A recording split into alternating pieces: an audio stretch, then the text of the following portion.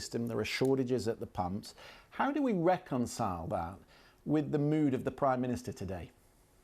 I think that's a really interesting point and really cuts to the heart of the sort of different receptions that this speech has had. Now, for some people, this was a kind of a textbook Boris Johnson speech, really charismatic, optimistic, but critics say a little bit thin on detail or actual policy. Now, as we touched on earlier, a lot of the speech really focused on levelling up, the sort of two-word phrase that was really at the heart of his 2019 general election campaign. And he's been under pressure, as have other ministers in the last couple of weeks, to define what exactly levelling up really is.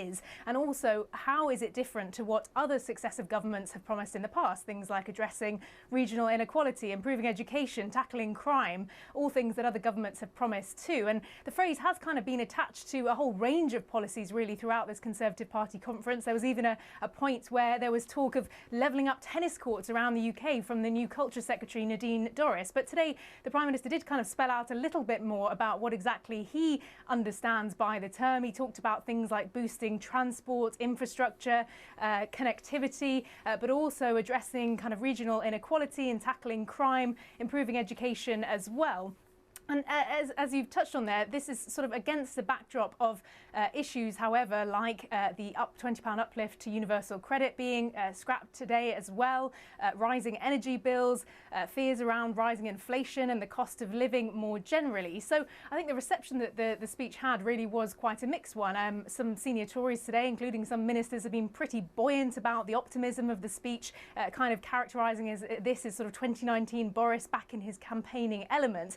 But there have also been some critics of this too. People like the CBI, the Confederation of British Industry, said that this was a kind of compelling ambition for levelling up, but it only really set out that ambition about boosting wages, not kind of going into the specific detail. We also had people like the sort of usually quite favourable Daily Mail talking about this speech being rambling and packed with jokes, but devoid of new policy. So I think certainly a kind of mixed reception to this. Interestingly, another point that the Prime Minister touched on a lot as well was his desire to move to a sort of high-skill, high-wage economy away from an economy reliant on cheaper foreign labour. And this is a defence that the government's been reeling out quite a lot over the last couple of days, particularly in response to voices from retail and hospitality sectors who have been quite critical of the government in the last couple of days over staff shortages, food shortages, HGV driver shortages, saying that they need more flexibility when it comes to things like immigration and visas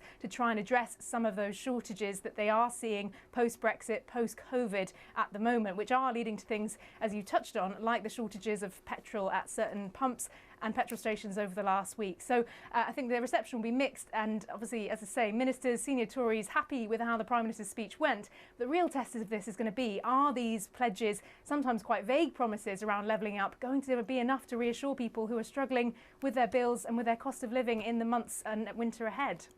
Ione Wells at Westminster, thank you for that. Let's speak to Paul.